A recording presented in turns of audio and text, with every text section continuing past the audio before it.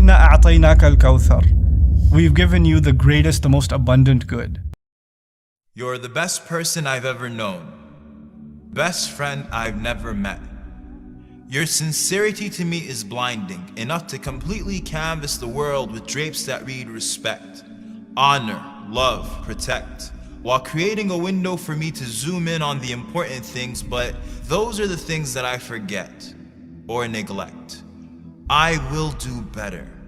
Your ummah is fine, not because of me or mine or wounds that heal with time, those who would die for a dollar sign, but because a promise is divine.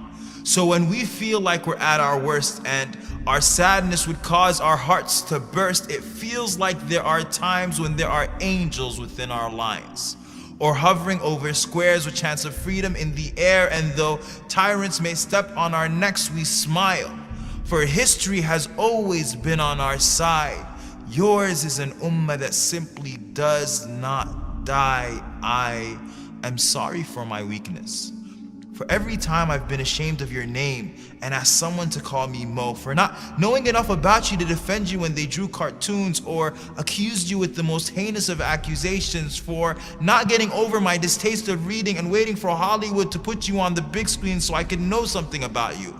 As if Steven Spielberg or Mel Gibson or Johnny Depp would somehow be able to recreate the twinkle in your eye or a beautiful bead of sweat as it scaffolds on your forehead, frantically fighting gravity, not wanting to fall off your body.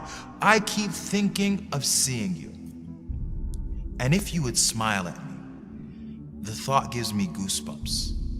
You told me to meet you at the pool.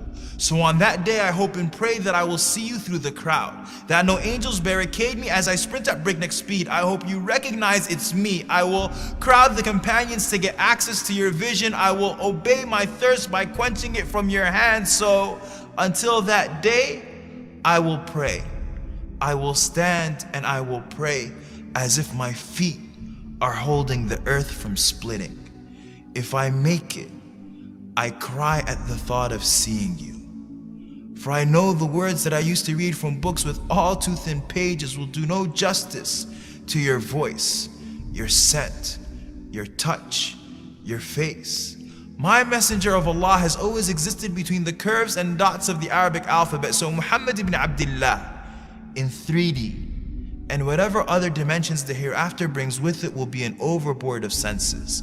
I will fall in love with your shadow and will tell Ali that his description did not do justice. Tell my mother Aisha of how we heard her story of how you passed away between her chin and her chest, over and over and over again. And it made us cry every single time. For we never suffered any disaster that was greater than what we suffered before our souls merged with flesh, of entering an earth that was without you. Does the sky even recognize us anymore? And I will sit in the shade of your smile and will ask you your story directly from your mouth as we sip on salsabil ice cold, and will be terribly embarrassed if you ask me for mine, 'cause I never did anything right other than loving you. And then, if you let me, I would love for a hug.